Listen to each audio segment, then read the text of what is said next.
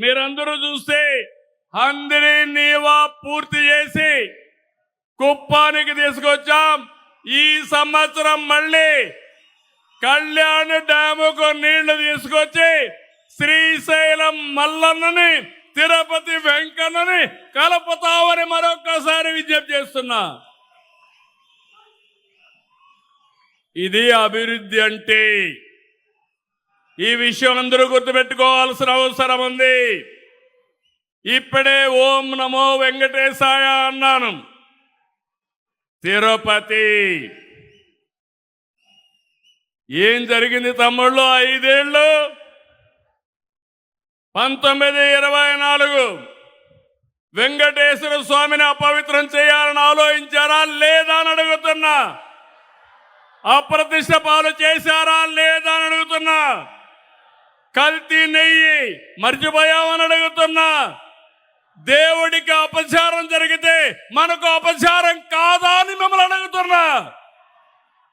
మీకు రోషం లేదా? అందుకే అడుగుతున్నా. దేవుణ్ణి నమ్మడం కాదు, దేవుణ్ణి కాపాడుకుంటామని, పవిత్రతను కాపాడుకుంటామని గట్టిగా చప్పట్లు కూడా చెప్పండి. ఇది మనందరి మనోభావాలు, ఇది మనందరికీ సంబంధించిన విషయం.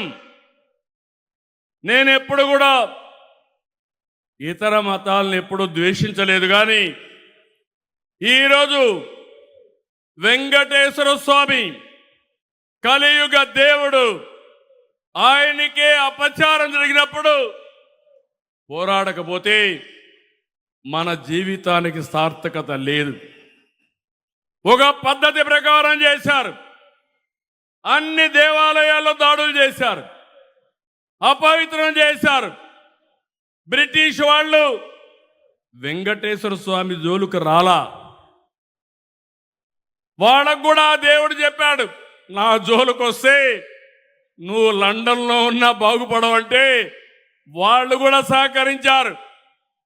కానీ ఈ దుర్మార్గులు వెంకటేశ్వర స్వామి జోలుకు వచ్చిన వాళ్ళు నేను ఎప్పుడు చెప్పేవాడిని, మరో జన్మలో కాదు, ఆయన అనుకుంటే ఈ జన్మలోనే పనిష్మెంట్ ఇస్తాడు, శిక్ష ఇస్తాడని మరొక్కసారి విజ్ఞప్తి చేస్తున్నా.